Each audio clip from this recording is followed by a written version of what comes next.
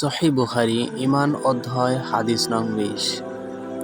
আয়েশা রাদিয়াল্লাহু তাআলা আনহা থেকে বর্ণিত, তিনি বলেন, আল্লাহর রাসূল সাল্লাল্লাহু আলাইহি ওয়াসাল্লাম সাহাবীদের যখন কোনো কাজের নির্দেশ দিতেন, তাদের সামর্থ্য অনুযায়ী নির্দেশ দিতেন।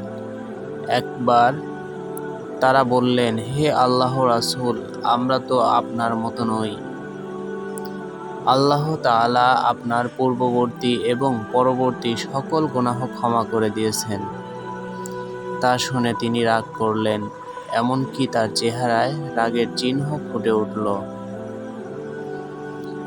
অতঃপর তিনি বললেন, তোমাদের চেয়ে আমি আল্লাহকে অধিক ভয় করি ও বেশি জানি।